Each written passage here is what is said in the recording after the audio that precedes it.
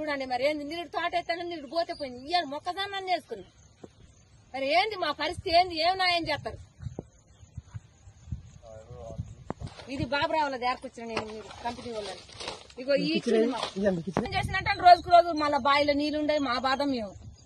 ఎట్టా మేము వ్యవసాయం చేసుకున్నాం మేము కూలీ నాలుగు కూడా పోయేటోళ్ళం కాదు ఎవరినైనా అడగండి అలానే నాయన ఎంకన్నాని అడగండి మేము ఎవరితోనైనా గొడవలకు కూడా పోయేటోళ్ళం కాదు ఎక్కడ ఎవరినైనా అడగండి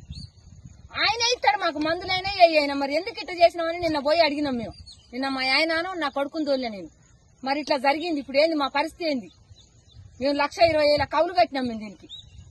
దుంతానికి ఎకరానికి 18,000 నాగేంద్రబాబు ట్రాక్టర్ తెచ్చి దున్నించుకున్నాం అదే బండి అడిగినా తేడా ఉండదు మీరు ఇత్తనాలు ఇస్తారో మీరు న్యాయం చేస్తారో చేస్తే మీ కళ్ళ ముందటనే దున్ని మళ్ళీ మేము పైరు వేసుకుంటాం మేమేమన్నా అబద్దం ఆడేది అయితే కాదు మరి ఏమి న్యాయం చేస్తారో చెయ్యాలా ఇక చూడు రాదు ఈ రకంగా అయిపోతే మరి ఎట్లా చెప్పు మేమేం చేయని చెప్పు అసలు ఇక చూడండి ఇట్లా అయిపోతుంది మరి మాకు న్యాయం ఏం చేస్తారో ఏమో మరి ఇగో కర్రలు ఇగో ఇట్లా ఇంత గ్యాపులు ఇగో ఇట్లా పోతాను ఇక చూడండి ఇగో కర్రలు ఇగో ఆడ కర్ర ఇవన్నీ ఇట్లా గ్యాప్ పోతుంది ఈ దయ మాకు ఏదైనా న్యాయం చేయండి ఇక మేమైతే కౌలు పూకోళ్ళం మాకైతే ఏం లేదు అసలు పెట్టిన మందులు చూపించమన్నా చూపిస్తా 45,000 కట్టినాం మేమైతే 14 ప్యాకెట్లు ఇయ్యి 14 పిండి కట్టలు తెచ్చినాం 4 అరకలు 2 రోజులు పెట్టి దున్నేసుకున్నాం మేము